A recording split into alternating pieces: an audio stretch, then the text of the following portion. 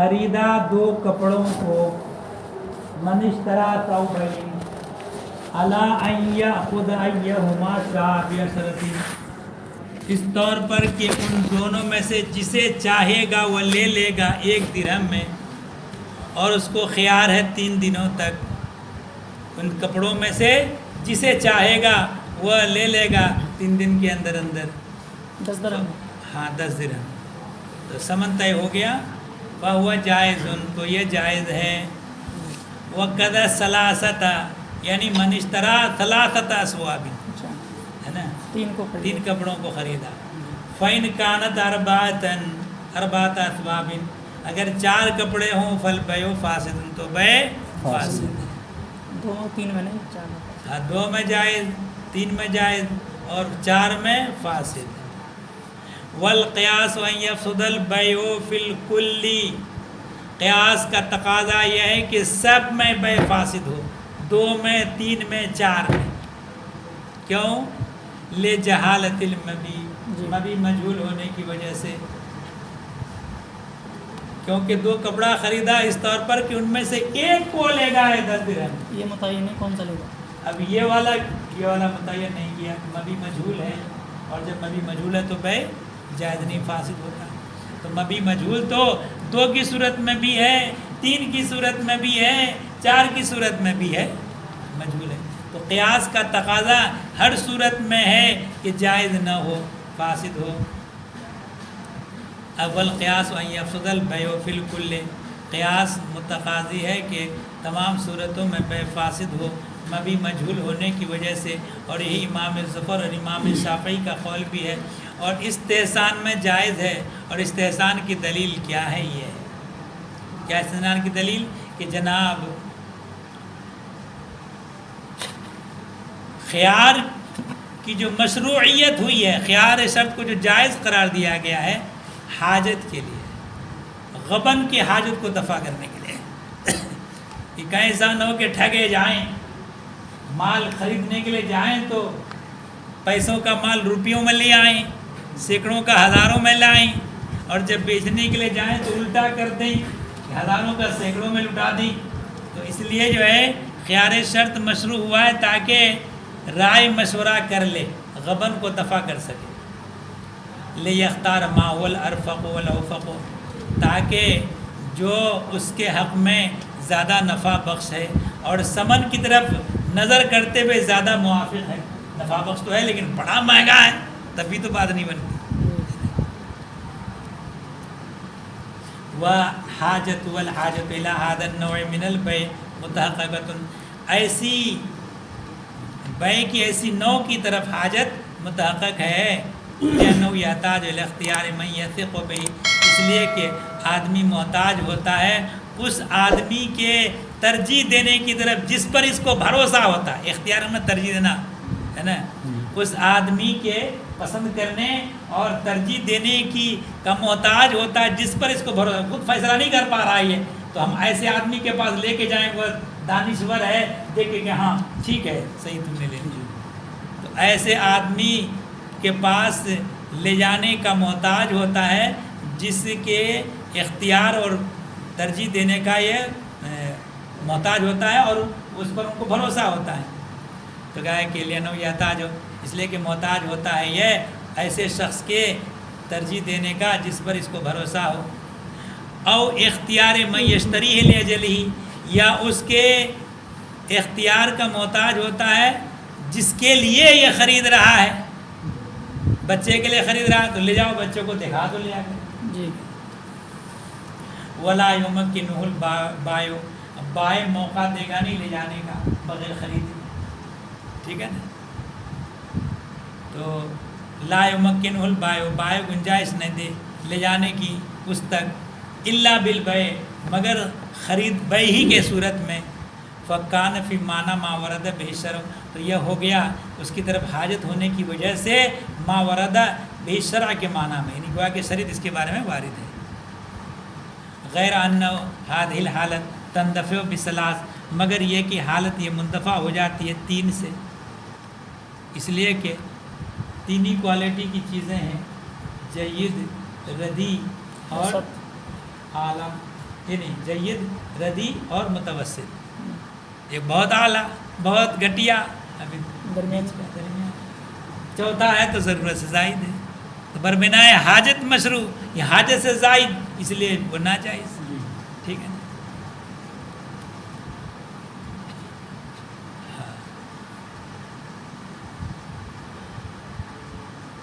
حاجت منتفع ہو جاتی 3 سے، کیوں؟ لوجود الجید والوسط والردی، کہ ان 3 میں جید، ردی اور وسط موجود ہونے کی وجہ سے۔ والجہالت و تفضیل المنازعات فی الثلاث، اور جہالت مفضی الی المنازعات ہے 3 کی صورت میں بھی، مفضی الی المنازعات نہیں ہے، 3 کی صورت میں مفضی الی المنازعات نہیں ہے، کیوں؟ اس لیے کہ یہاں تعین کا اختیار اس کو ہے جس کے لیے خیار ہے، لے تعین من لہ الخیار، اس کے متعین کرنے کی وجہ سے جس کو خیار ہے۔ وقضا فی الاربع، ایسے اربع میں بھی مفضی الی المنازعات نہیں، یہاں جو ہے جہالت پائی جاتی ہے 3 میں بھی، جہالت پائی جاتی ہے 4 میں بھی، مفضی الی المنازعات نہ ہونا اس جہالت کا 3 کی صورت میں بھی ہے اور 4 کی صورت میں بھی ہے، الا ان الحاجت الیہا غیر متحققۃ، مگر 4 کی صورت میں حاجت متحقق نہیں ہے۔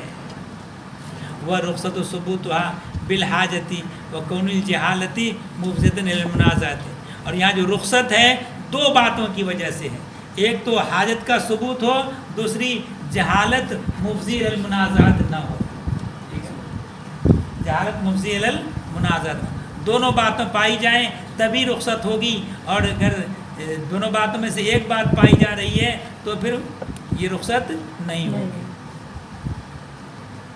حاجت ہے مگر مفضی الی المنازعات نہ ہونا نہیں پایا جا رہا ہے، مفضی الی المنازعات تب بھی صحیح نہیں، یہ مفضی الی المنازعات تو نہیں ہے لیکن یہ مفضی الی المنازعات تو نہیں ہے لیکن حاجت نہیں پائی جا رہی ہے، جیسا کہ 4 کی صورت میں۔ فلا تثبت بأحدہما، لہذا ان دونوں میں سے ایک سے یہ رخصت حاصل نہیں ہوگی۔ قیل یشترط ان یکون فی ھذا العقد خیار الشرط، اور کہا یہ گیا ہے کہ اس عقد میں خیار تعین کے ساتھ ساتھ خیار شرط بھی شرط ہے۔ قیل کہا گیا کہ شرط ہے اس میں، اس عقد میں خیار تعین کے ساتھ ساتھ خیار شرط بھی، وہ المذکور فی الجامع صغیر، اور یہی مسئلہ جامع صغیر میں منقول ہے، مذکور ہے۔ وقیل، اور کہا یہ گیا ہے کہ خیار تعین کے ساتھ ساتھ خیار شرط شرط نہیں ہے، لہذا اس کو صرف تعین کا اختیار دونوں میں سے ایک یا 3 میں سے ایک کو لینا ہی پڑے گا، اور خیار شرط کی صورت میں اس کو اختیار ہے چاہے نہ لے، ایک بھی نہ لے۔ تو قیل کہا یہ گیا ہے کہ شرط نہیں ہے وہ، یعنی خیار شرط کی شرط اس میں نہیں ہے۔ وہ المذکور فی الجامع الکبیر، اور یہی مسئلہ، یہ مسئلہ جامع کبیر میں مذکور ہے۔ فیکون ذکرہ علی ھذا الاعتبار، تو ای صورت میں اس اعتبار میں اس کا ذکر کرنا اتفاقاً ہوگا، ٹھیک ہے؟ خیار شرط کا ذکر جو ہے کیا ہوگا؟ اتفاقاً، لا شرطاً۔ وَإِذَا لَمْ یذکر خیار شرط، جب خیار شرط اگر ذکر نہ کرے تو اس صورت میں خیار تعین کو 3 سے مقید کرنا ضروری، موقت کرنا ضروری ہوگا، ورنہ تو خیار تعین میں تو پتہ نہیں سال بھر کے بعد وہ متعین کر کے بتایا جا تھوڑی، بے مدت معلومت، 3 سے امام اعظم کے نزدیک اور مدت معلومہ سے صاحبین کے نزدیک، جو بھی وہ مدت معلومہ، جی اچھا، ایتھا کانت عندہما صاحبین کے نزدیک، ثم ذکر فی بعض النسخ، پھر بعض نسخوں میں ذکر کیا اشترا ثوبین، اوپر دیکھو اشترا ثوبین، وفی بعضھا، اور بعض نسخوں میں ذکر کیا اشترا احد ثوبین، وہ صحیح یہی والا صحیح احد ثوبین، کیونکہ جو کپڑا خریدا گیا وہ تو ایک ہی ہے، وہ تو ایک ہی ہے، لین المبیع فی الحقیقت احدہما، اس لیے کہ مبیع حقیقت میں ان دونوں میں سے ایک ہے، والآخر امانۃ، دوسرا والا امانت ہے، والاول تجوز، اور پہلا والا مجاز ہے، من اشترا ثوبین نے کہا تو مجازن کہہ دیا گیا، کپڑا تو ایک ہی خریدا گیا، دوسرا کپڑا کو خریدنا جو کہا گیا مجازن کہہ دیا گیا، تو والاول تجوز واستعارۃ، تجوز اور استعارہ ہے، ولو ہلاک احدہما، اگر ان میں سے ایک ہلاک ہو جائے، او تعیبا یا عیبدار ہو جائے، لازم البیع فیت اسی میں بے لازم ہے اس کے ثمن سے، جو ہے در ہوا. ہاں عیبدار ہو گیا یا ہلاک ہو گیا. وتعین الآخر للامانت، دوسرا والا امانت کے لیے متعین ہو جائے گا، ٹھیک ہے نا. کیوں؟ لامتناع رد بالتعیب، عیب پیدا ہونے کی وجہ سے رد ممتنع ہو گیا، جب رد ممتنع ہو گیا تو اسی میں بے لازم ہو گیا.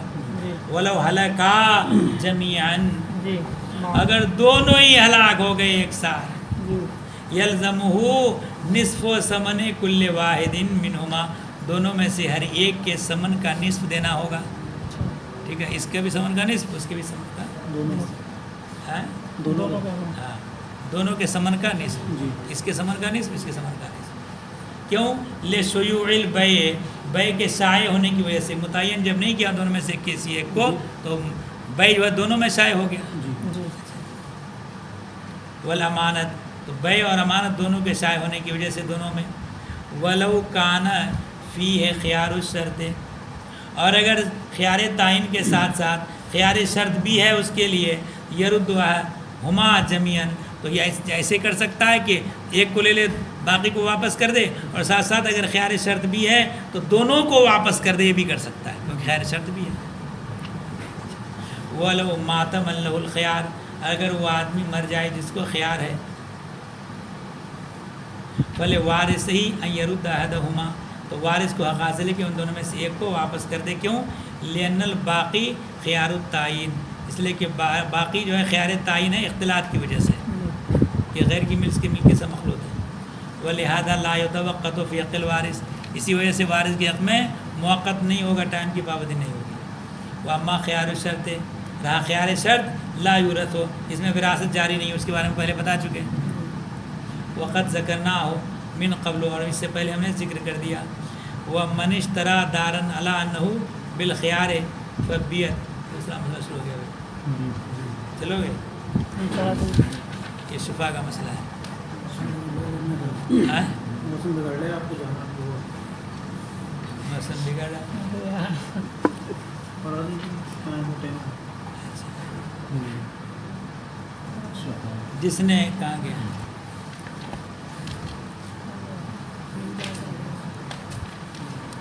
جس نے خریدا کوئی گھر، علی انہ بالخیار، اس شرط پر کہ اس کو اختیار ہے، جی. فبیعت دار اخری الی جنبہا، اس کے پہلو میں دوسرا گھر بھی بک گیا، دوسرا گھر بکا.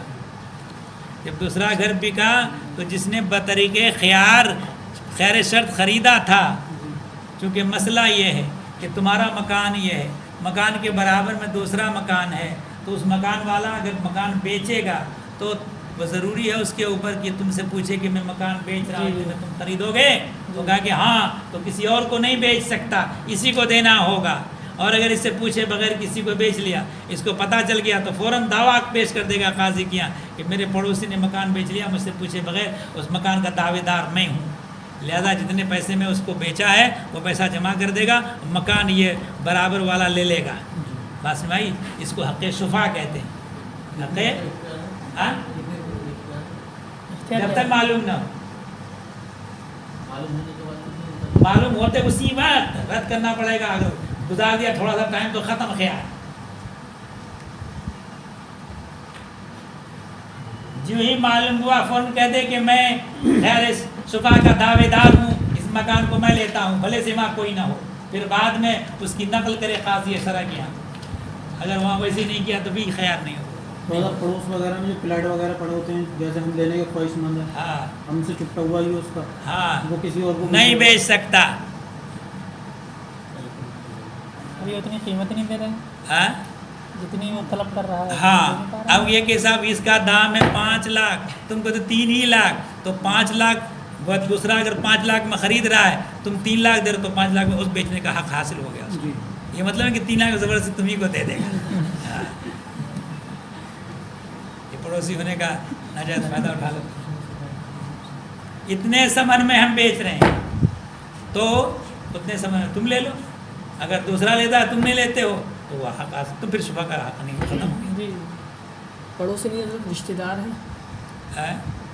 رشتہ دار کا مکان اس محلے میں جی دوسرے محلے میں نہیں بنا- کوئی حق اس میں نہیں پڑوسی کا پڑوسی کا۔ پڑوسی کا ہے. ارے وہاں مکان پڑوسی کے اس مکان میں رہائش کی وجہ سے اس کو تکلیف ہوتی، کوئی بد سرپسند آ گیا اور وہ شور مچا رہا ہے، ہنگامہ کاٹ اور لڑائی دنگا کر رہا، تو اس کو پڑوس والے کو پریشانی ہوگی اس وجہ سے ہے نا. اب مسئلہ دیکھو، کسی آدمی نے مکان خریدا بے شرط الخیار، اس کے پہلو میں دوسرا مکان بکا اور اس بے شرط الخیار خریدنے والے نے اس مکان کو برابر والے کو بطریق شفا لے لیا کہ صاحب یہ میرے پڑوسی کا مکان ہے میں لوں گا، مگر جس مکان کی بنیاد پر حق شفا کا دعویٰ کیا بے شرط الخیار خریدا تھا، جی فہو رضن، تو بے شرط الخیار خریدنے کے بعد اس مکان کو جو بطریق شفا لے لیا تو اب اس دوسرے والے مکان میں بے لازم ہو گیا. ٹھیک ہے نا، یہ رضامندی کی دلیل ہے کہ ہم اس مکان کو رکھتے ہیں تبھی تو ہمارا پڑوسی بنے گا. یہ جی لینا طلب شفت یدل علی اختیار الملک، شفا کا طلب کرنا ملک کے کو اختیار کرنے پر دلالت کرتا ہے. اس میں لینا ہو ما ثبت الا بتب ضرر الجوار، اس لیے کہ شفا کا حق جو مشروع ہوا ثابت ہو نہیں ہوتا مگر پڑوسی کے ضرر کو دفع کرنے کے لیے، وہ ذالک بالاستدامت، اور وہ ہمیشہ رہنے سے ہوتا ہے. فیتضمن ذالک سقوط الخیار سابقاً، تو لہذا یہ متضمن ہو گیا ما سبق میں جو خیار تھا اس کو، اس خیار کے ساقط ہونے کو. فیثبت الملک من وقت شرع، لہذا اس کے لیے ملک ثابت ہو گیا خریدنے کے وقت سے. فیتعین ان الجوار کان ثابتا، تبھی ظاہر ہوگا کہ پڑوس ہونا اس کا ثابت ہے پہلے سے. وحاذت تقریر یحتاج الیہ لمذہب ابی حنیفہ خاصتا، اس تقریر کی حاجت ہوگی خاص امام ابو حنیفہ کے مذہب کی وجہ سے. صاحبین کے مذہب میں پڑوسی کا حق نہیں ہوتا ہے، اس مکان میں شریک ہے تو اس صورت میں حق شفا کا حاصل ہے اس کو، اور اگر اس مکان میں شرکت نہیں، برابر والا مکان ہے تو حق شفا نہیں ہے امام صاحبین کے مذہب. ٹھیک ہے.